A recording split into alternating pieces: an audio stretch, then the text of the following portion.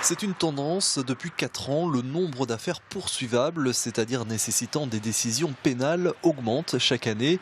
Et 2014 n'y échappe pas, bien au contraire. Quelques 6227 affaires ont ainsi été enregistrées au tribunal de grande instance. C'est près de 14% de plus qu'en 2013.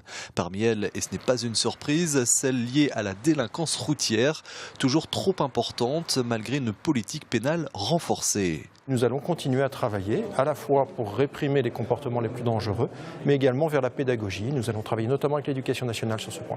Avec une politique pénale donc réaffirmée finalement. Politique pénale réaffirmée, politique pénale restructurée et politique pénale qui sera à nouveau renforcée et à nouveau durcie si ça devait être nécessaire. Autre axe et autre priorité, les violences conjugales.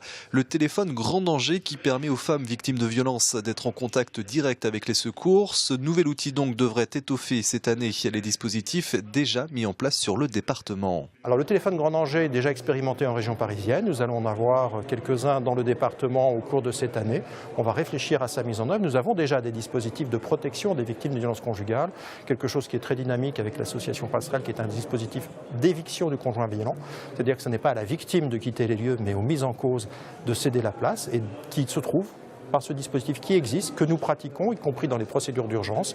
Eh bien, c'est un appartement mis temporairement à sa disposition pour d'une part éviter la prison et donc la perte de l'emploi qui peut aussi préjudicier à toute la famille, mais en tout cas mettre le conjoint battu et les enfants à l'abri de cette violence. Et puis autre priorité également du procureur de la République, la délinquance financière, autrement dit les escroqueries ou encore les détournements de fonds.